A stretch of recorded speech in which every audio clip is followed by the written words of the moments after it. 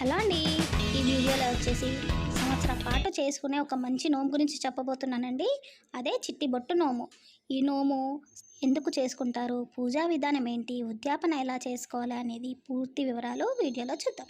స్త్రీలు ఈ చిట్టి బొట్టు నోమును సంవత్సరం పాటు చేసుకోవడం వల్ల మంచి దాంపత్యం, సౌభాగ్యం, బొట్టు చెదరకుండా ఉండే అమ్మ ఆశీస్సుల కోసం, పుట్టింటి ఆత్మీయత, తోబుట్టువుల ప్రేమానురాగాల కోసం ఒక సంవత్సరం పాటు చేసుకునే నోము. చిట్టిబొట్టు నోము పాట. చిట్టిబొట్టు నోము పట్టాలి, శ్రీమంతులింటనే పుట్టాలి, ఏడుగురన్నల తోబుట్టు కావాలి, ఏకఛత్రం నేల నేలుకోవాలి, పట్టభద్రుని చేపట్టుకోవలను, ముద్దులు మురిపాలు తీర్చుకునవలను. ఈ పాట మనం ప్రతిరోజు కూడా పాడుకొని అక్షతలు వేసుకోవాలి. పూజా విధానం చూద్దాం. ఈ నోము అన్ని నోముల వలె రథసప్తమికి కానీ, శివరాత్రికి కానీ, లేదా ఏదైనా ఒక మంచి రోజు చూసుకొని ఈ నోము మొదలు పెట్టవచ్చు. నోము మొదలుపెట్టే రోజు భక్తి శ్రద్ధలతో పూజ చేసుకొని మీ సంకల్పం అమ్మవారి దగ్గర చెప్పుకొని పైన చెప్పిన పాటను పాడుకొని అక్షతలు వేసుకోవాలి.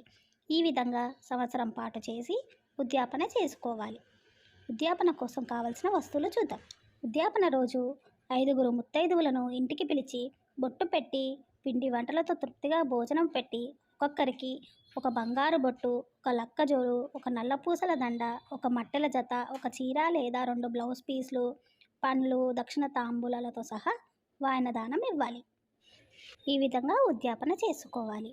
ఇదండి చిట్టుబొట్టు నోము గురించి పూర్తి వివరణ.